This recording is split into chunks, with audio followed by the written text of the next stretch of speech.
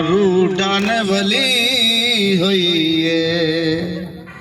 कमियानो की लभना कुत्ती चोरा नाल रली हुई है। बहुत शुक्रिया साथियों। मैं एक तुहाडे सामने रखना चाहना कि पिछले हफ्ते तौंसा बिराज के उत्तों भी इंज माही कीरां दियां कुछ बस्तियां नूं गिराया गया, ढाया गया है, उन्होंने उतों बेदखल किया गया है और उन्होंने उतों मछली पकड़न ते भी पाबंदी लाई गई, जिहड़ा कि सदियां तो वो करते आ रहे हैं पुश्तां तो, उन्होंने कुछ होर आंदा ही नहीं। और मेरे तुहाडे लई पानी सिर्फ पानी है, दरिया सिर्फ दरिया। यकीन जानो उन्हां लई दरिया सिर्फ दरिया नहीं, उन्हां लई कोई मुकद्दस हस्ती है। उन्हां लोगां नूं जिन्हां उत्थे पुश्तां गालियां ने, अपनियां जिंदगियां कच्चे झोंपड़े बना के बैठे ने और ये साडी गुड गवर्नेंस दी हामी जिहड़ी हुकूमत है, रूडा इंज लगदा है कि वो उत्थे भी अपड़ गई है। यानी एक हर इदारे च एक रूडा बैठा है इस मुल्क दे अंदर, हर थां ते एक जालिम बैठा है जिन्होंने पहचानन दी लोड़ है और वो साडी रवायती जिंदगी नूं इंज मुतासर कर रहा है कि ना उन्होंने लोगों की जिंदगी की परवाह, ना माहौल की परवाह, ना आने वाले वक्त की कोई सोच फिक्र।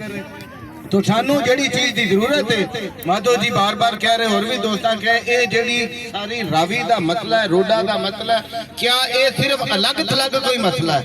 नहीं साथियों, पूरे दे पूरे एक निज़ाम नाल जुड़ी हुई गल है। जिन्नी देर असीं उस निज़ाम नूं जड़ां तो नहीं पट्टांगे, इहो जिहियां रूडा थां थां ते बनणगियां, थां थां ते लोगां तो जिंदा रहण दा हक खोंदियां रहणगियां। और एक शेर दे नाल इजाजत कि उत्तों वड्डियां होर भी संगना हो जाना है, उत्तों वड्डियां होर भी संगना हो जाना है। जुलम दा बूटा पटना ही ते मुंडों पट बोके कड कड पिया मशक्कतां करना है, खूनू करना ही पाक दे विचों कुत्ता कड। एक कुत्ता कड्डण दी लोड़ है दोस्तों, ये जिहड़ा निज़ाम है पूरे दा पूरा बदलन दी लोड़ है। ते आओ फिर जरा एक भरवीं एक नारा आना चाहिए साडा के जुल्म के ये ज़ाब्ते हम नहीं मानते। वो बहुत कुछ आंदा मगर तुहाडी सारियां दी आवाज़ चाहिए। मन्निया तुसीं इन्ने मील तुर के पैदल आए, थके भी हो, पर भरवीं आवाज़ आवे।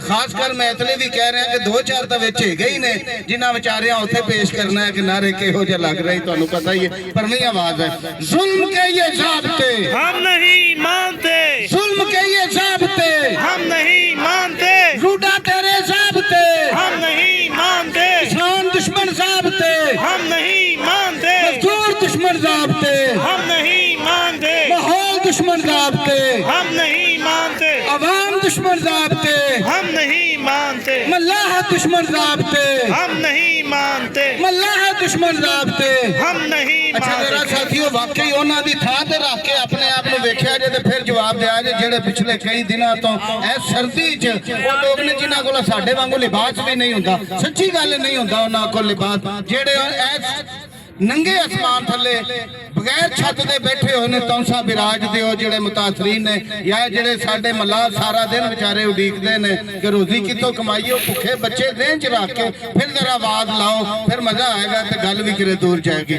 जुल्म के ये ज़ाब्ते हम नहीं मानते, जुल्म के ये ज़ाब्ते हम नहीं मानते, रूडा तेरे ज़ाब्ते हम नहीं मानते, रूडा तेरे ज़ाब्ते हम नहीं मानते। बहुत शुक्रिया। मेहरबानी कॉमरेड साथियों, असी अज की अपनी जिहड़ी यात्रा सी, ओ गुरु नानक देव